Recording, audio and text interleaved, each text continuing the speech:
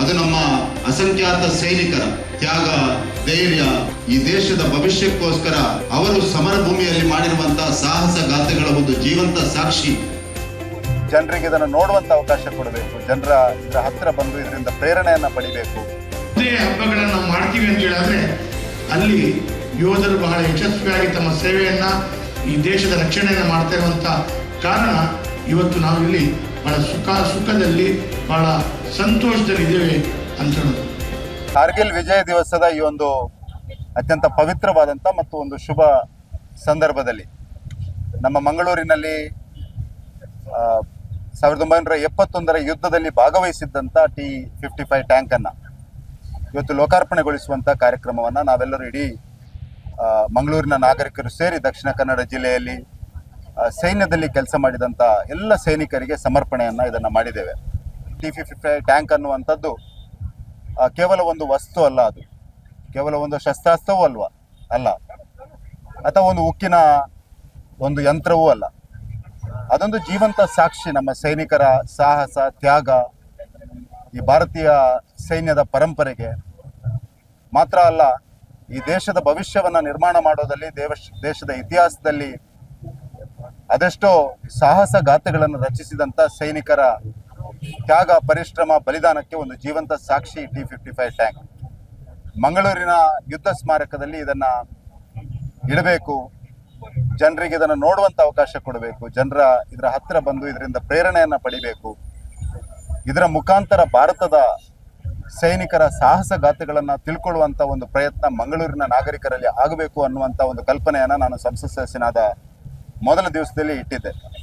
ಹಾಗಾಗಿ ಇವತ್ತು ಅದು ಆ ಕನಸು ನನಸಾಗಿರುವಂಥ ನನಗಂತೂ ಅತ್ಯಂತ ಸಂತೋಷ ಕೊಟ್ಟಿದೆ. ಮತ್ತು ಇವತ್ತಿನ ಕಾರ್ಯಕ್ರಮದಲ್ಲಿ ಮಕ್ಕಳಿಂದ ಹಿಡಿದು ಹಿರಿಯರವರೆಗೆ ಎಲ್ಲರೂ ಭಾಗವಹಿಸಿರುವಂಥದ್ದು ಕೂಡ ಅತ್ಯಂತ ಸಂತೋಷ ಕೊಟ್ಟಿದೆ.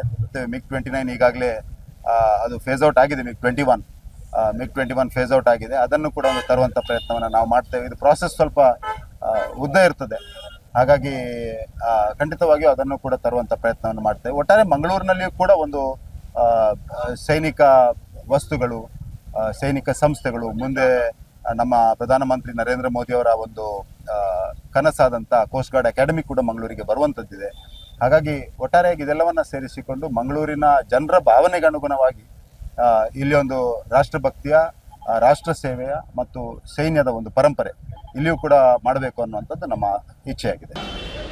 ವಿಶೇಷವಾದಂಥ ಕಾರ್ಯಕ್ರಮ ಮತ್ತು ಒಂದು ವಿಶೇಷವಾದಂಥ ದಿವಸ. ಅವತ್ತು ಆ ಯೋಧರು ತಮ್ಮ ಜೀವವನ್ನೇ ಕೊಟ್ಟು ಭಾರತವನ್ನು ರಕ್ಷಿಸಲು, ನಮ್ಮೆಲ್ಲರನ್ನು ರಕ್ಷಿಸಲು ಮಾಡಿದಂಥ ತ್ಯಾಗ, ಬಲಿದಾನವನ್ನು ನೆನಪಿಸಿಕೊಳ್ಳುವಂಥ ದಿನ. ಆದರೆ ನಾವೆಲ್ಲರೂ ವರ್ಷಕ್ಕೆ 1-2 ಬಾರಿ ಅದನ್ನು ನೆನಪಿಸಿಕೊಳ್ಳುವುದು ಮಾತ್ರವಲ್ಲದೆ ದಿನನಿತ್ಯ ನಮ್ಮ ಜೀವನದಲ್ಲಿ ಆ ಯೋಧರ ಭಾಳ ದೊಡ್ಡ ರೀತಿಯ ಕೊಡುಗೆಯನ್ನು ನೆನಪಿಸಿಕೊಳ್ಬೇಕಂತ ಜವಾಬ್ದಾರಿ ಇದೆ.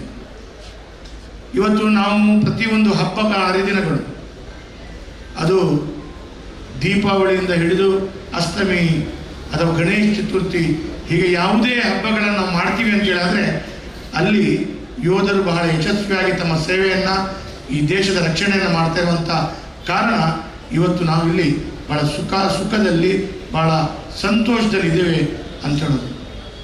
ಹಾಗಾಗಿ ಹಿಂದೆ ನಮ್ಮದೇ ಸಚಿವರು, ರೈಲ್ವೆ ಸಚಿವರಾದಂಥ ಸೋಮಣ್ಣ ಇಲ್ಲಿ ಬಂದು ಇದರ ಅಭಿವೃದ್ಧಿ ಕಾರ್ಯಕ್ಕೆ, ನಾನು ಕೂಡ ಕಳೆದ ಅವಧಿಯಲ್ಲಿ ಗೆದ್ದಾಗ ಇದನ್ನು ಅಭಿವೃದ್ಧಿ ಮಾಡಬೇಕು ಅಂತ ಹೇಳೋ ಚಿಂತನೆಯನ್ನು ಇಲ್ಲಿಯ ಮಾಜಿ ಸೈನಿಕರ ಸಂಘದೊಂದಿಗೆ ಮಾತಾಡಿದಾಗ ಈಗಾಗಲೇ ಸುಮಾರು 75% ಕೆಲಸ ಆಗಿದೆ, ಇನ್ನು ಸ್ವಲ್ಪ ಬಾಕಿ ಇದೆ, ಅದು ಕೂಡ ಸಂಪೂರ್ಣ ಆಗುವಂಥ ಕೆಲಸ ಕಾರ್ಯಗಳನ್ನು ಅತಿ ಶೀಘ್ರದಲ್ಲಿ ಆಗುತ್ತೆ. ಹಾಗಾಗಿ ಇನ್ನು ಮುಂದೆ ಈ ಎಲ್ಲ ಯೋಧರನ್ನು ನೆನಪಿಸಿಕೊಳ್ಬೇಕು, ಅವರಿಗೆ ಶ್ರದ್ಧಾಂಜಲಿ ಕೊಡಬೇಕು, ಅಥವಾ ಅವರಿಗೆ ವಿಶೇಷವಾಗಿ ಗೌರವವನ್ನು ಸಲ್ಲಿಸಬೇಕು, ಅವರನ್ನು ನೆನಪಿಸಿಕೊಳ್ಬೇಕು ಅಂತ ಹೇಳುವಂಥ ಕಾರ್ಯ ಮಾಡುವಂಥ ಮುಂದಿನ ಯುವ ಪೀಳಿಗೆಗಳಿಗೆ ಇದೊಂದು ಪ್ರೇರಣಾದಾಯಕವಾದಂಥ ಸಂಗತಿ ಆಗಲಿ. ಇದರ ಮುಖಾಂತರ ಅವತ್ತು ಅವರು ಮಾಡಿದಂಥ ತ್ಯಾಗ ನಾನು ನೆನಪಿಸ್ಕೊಳ್ಳೋದಕ್ಕೆ ಬಯಸ್ತೇನೆ.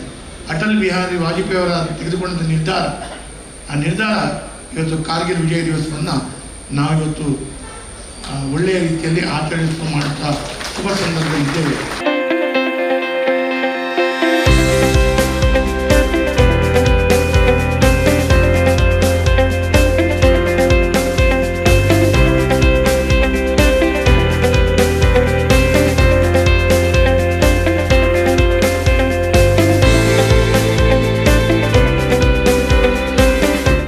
ನಮ್ಮ ಕಾರ್ಯಕ್ರಮಗಳನ್ನ ನೀವು ನೋಡ್ತಾ ಇದ್ರೆ ನಮ್ಮ ಚಾನೆಲ್ ಅನ್ನ ಸಬ್ಸ್ಕ್ರೈಬ್ ಮಾಡಿ, ಪಕ್ಕದ ಬೆಲ್ ಐಕಾನ್ ಒತ್ತಿ ನಮ್ಮನ್ನ ಬೆಂಬಲಿಸಿ.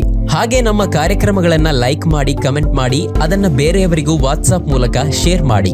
ನೀವು ಹೀಗೆ ಮಾಡಿದಾಗ ನಮ್ಮ ಚಾನೆಲ್ ಇನ್ನಷ್ಟು ಮತ್ತಷ್ಟು ಜನರಿಗೆ ತಲುಪಲು ನೀವು ನಮ್ಮೊಂದಿಗೆ ಸಹಕರಿಸಿದ ಹಾಗಾಗುತ್ತೆ.